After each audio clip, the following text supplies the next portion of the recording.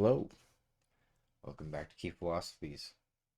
Today we will be reading again from The Secret Teachings of All Ages, the Ancient Mysteries and Secret Societies. The entire history of Christian and pagan Gnosticism is shrouded in the deepest mystery and obscurity, for while the Gnostics were undoubtedly prolific writers, little of their literature has survived. They brought down upon themselves the animosity of the early Christian church. And when this institution reached its position of world power, it destroyed all available records of the Gnostic cultus. The name Gnostic means wisdom or knowledge and is derived from the Greek gnosis. The members of the order claim to be familiar with the secret doctrines of early Christianity. They interpret the Christian mysteries according to pagan mysticism. Their secret information and philosophic tenets they conceal from the profane and taught to a small group only of especially initiated persons. Simon Magus, the magician of the New Testament fame, is often supposed to have been the founder of Gnosticism. If this is true, the sect was formed during the century after Christ and is probably the first of many branches which have sprung from the main trunk of Christianity.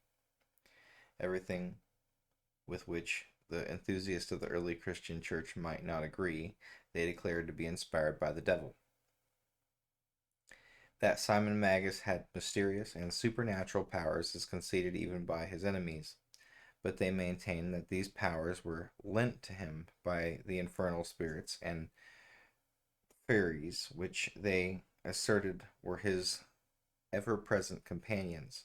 Undoubtedly, the most interesting legend concerning Simon is that which tells of his theosophic contest with the Apostle Peter while the two were promulgating their different doctrines in Rome. According to the story that the church fathers have preserved, Simon was to prove his spiritual superiority by ascending to heaven in a chariot of fire. He was actually picked up and carried many feet into the air by invisible powers. When St. Peter saw this, he cried out in a loud voice, ordering the demons, the spirit of the air, to release their hold upon the magician. The evil spirits, when so ordered by the great saint, were forced to obey, and Simon fell a great distance and was killed, which decisively proved the superiority of the Christian powers. The story is undoubtedly manufactured out of whole cloth, as it is only one out of many accounts concerning his death, few of which agree, as more and more evidence is being amassed to the effect that St. Peter was never in Rome. Its last possible vestige of authenticity is rapidly being dissipated. That Simon was a philosopher, there is no doubt, for wherever his exact words are preserved, his synthetic and transcending thoughts are beautifully expressed. The principles of Gnosticism are well described in the following verbatim statement by him, supposed to have been preserved by Hippolytus. To you, therefore, I say what I say and write what I write. And the writing is this: of the universal aeon, periods, planes, or cycles of creative and created life in substance and space, celestial creatures. There are two shoots without beginning or end, springing from one root, which is the power invisible, incomprehensible, silence, Bythos, Bythos. Of those shoots, one is manifested from above, which is the great power. the universal mind ordering all things, male, and the other is manifested from below, the great thought, female, producing all things, hence pairing with each other. They unite and manifest the middle distance, incomprehensible air, without beginning or end. In this is the Father who sustains all things and nourishes those things which have a beginning and end. And that is C. Simon Magus by G.R.S. Mead. By this, we are to understand that manifestation is the result of a positive and a negative principle, one acting upon the other, and it takes place in the middle plane, or the point of equilibrium, called the pleroma. This pleroma is a peculiar substance produced out of the bending of the spiritual and material aeons.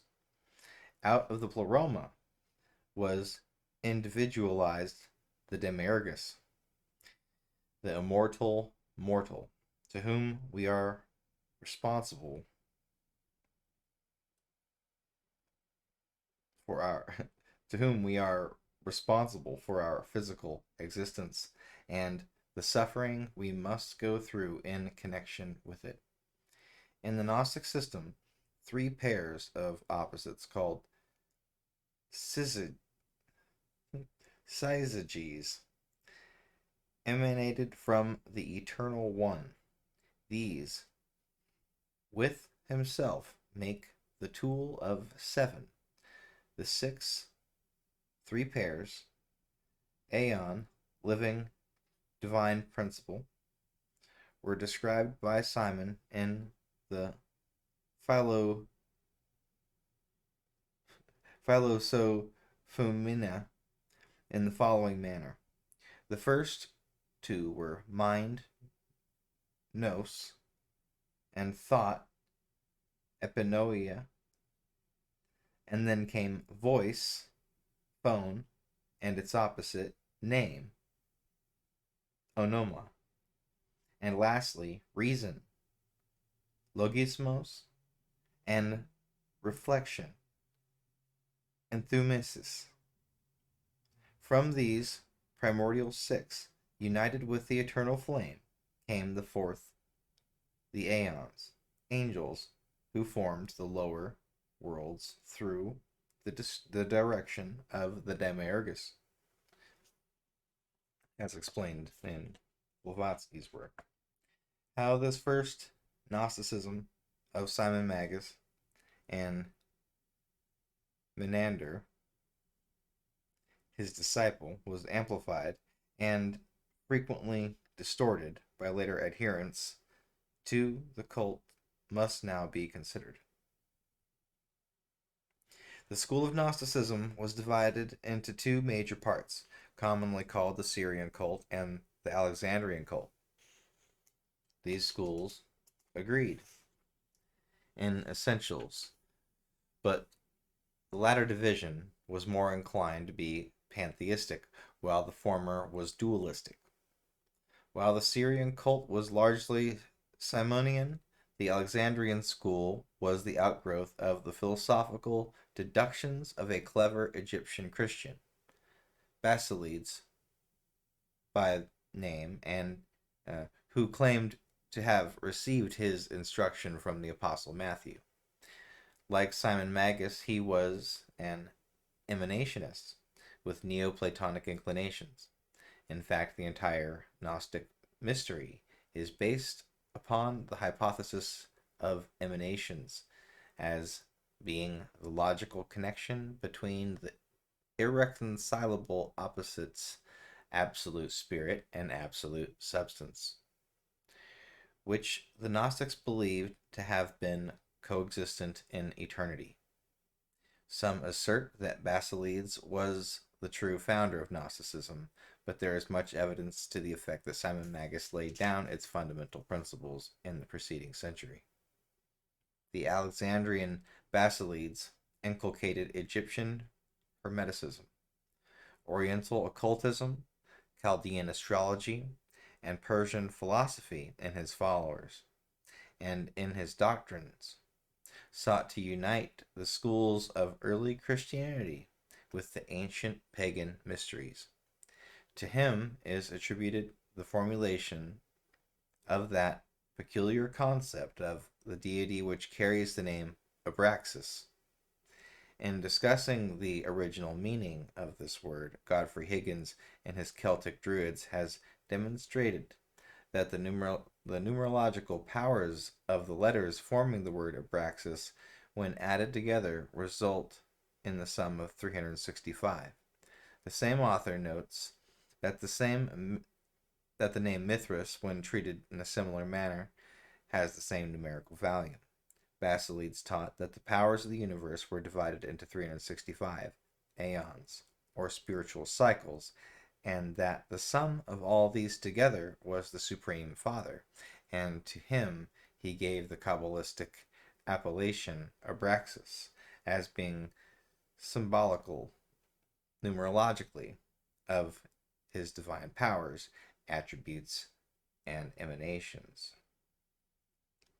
Abraxas is usually symbolized as a composite creature, with the body of a human being and the head of a rooster, and with each of his legs ending in a serpent. C.W. King, in his Gnostics and Their Remains, gives the following concise description of the Gnostic philosophy of Basilides, quoting from the writing of early Christian bishop martyr Saint Irenaeus. He asserted that God, the uncreated, the eternal Father, had first brought forth nous, or mind, this the logos, word, and this again phronesis, intelligence, and phronesis sprung Sophia, wisdom, and dynamis, strength. In describing Abraxas, C.W. King says, Bellarmine considers the composite image inscribed with the actual name Abraxas to be a Gnostic pantheos representing the supreme deity, with the 5 emanations marked out by appropriate symbols from the human body.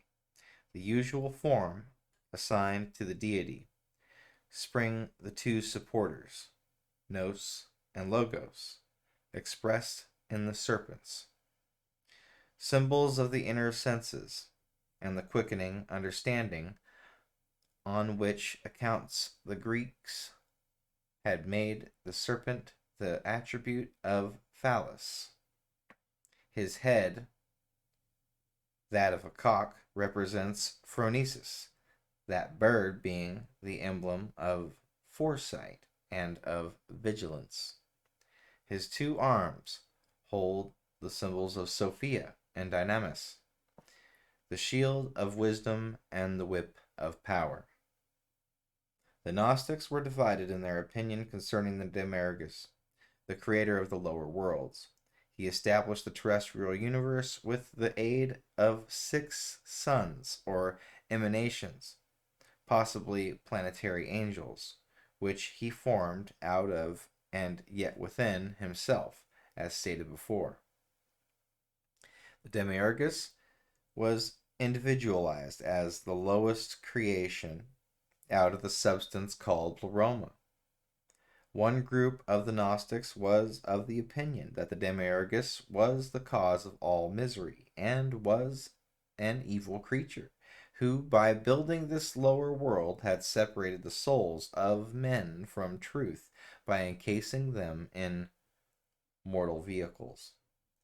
The other sect viewed the Demiurgus as being divinely inspired and merely fulfilling the dictates of the invisible Lord.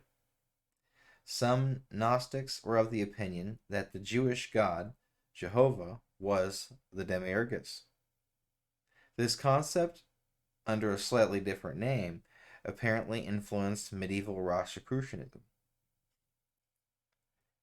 which viewed Jehovah as the Lord of the material universe rather than as a supreme deity. Mythology abounds with the stories of gods who partook of both celestial and terrestrial natures. Odin of Scandinavia is a good example of a deity subject to mortality, bowing before the laws of nature, and yet being, a certain sense at least, a supreme deity. The Gnostic viewpoint concerning the Christ is well worth consideration. This order claims to be the only sect to have actual pictures of the divine Syrian. While these were in all probability idealistic conceptions of the Savior based upon the existent sculpturings and paintings of the pagan sun gods, they were all Christianity had. To the Gnostics, the Christ was the personification of the Nous, the divine mind, the emanation from the higher spiritual aeons. He descended into the body of Jesus at the baptism and left it again before the crucifixion. The Gnostics declared that the Christ was not crucified, as the divine Nous could not suffer death, but that Simon the Cyrenian offered his life instead, and that the Nous, by means of its power, caused Simon to resemble Jesus. Irenaeus makes the following statement concerning the cosmic sacrifice of the Christ. Quote, when the uncreated, unnamed Father saw the corruption of mankind, he sent his firstborn, Nous, into the world in the form of Christ, for the redemption of all who believed in him. Out of the power of those who have fabricated the world, the Demiurgus and the six aeons and the planetary genii, he appeared amongst men as the man Jesus, and wrought miracles. See Kings, Gnostics, and their remains. The Gnostics divided humanity into three parts: those who, as savages, worshipped only the visible nature; those who, like the Jews, worshipped the Demiurgus; and lastly, themselves, or others of similar cult, including certain sects of Christians who worshipped Nous, Christ, and the true spiritual light of the higher aeons. After the death of Basilides, Valentinus became the leading inspiration of the Gnostic movement. He still further complicated the system of Gnostic philosophy by adding infinitely to the details. He increased the number of emanations from the Great One, the Abyss, to 15 pairs, and also laid much emphasis on the Virgin Sophia, or wisdom.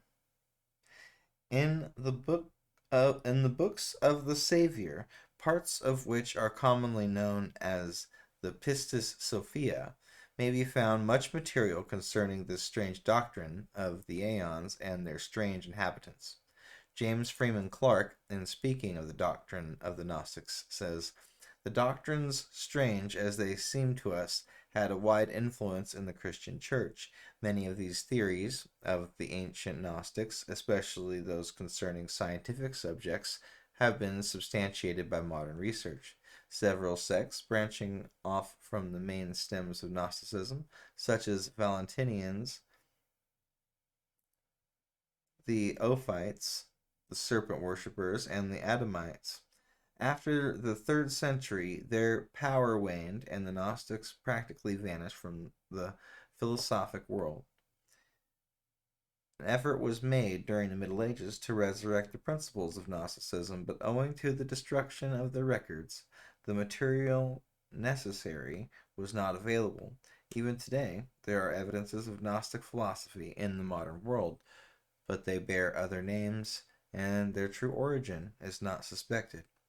Many of the Gnostic concepts have actually been incorporated into the dogmas of the Christian Church, and our newer interpretations of Christianity are often along the lines of Gnostic emanationism. And that'll be all for now. Thanks for joining me. Have a great day.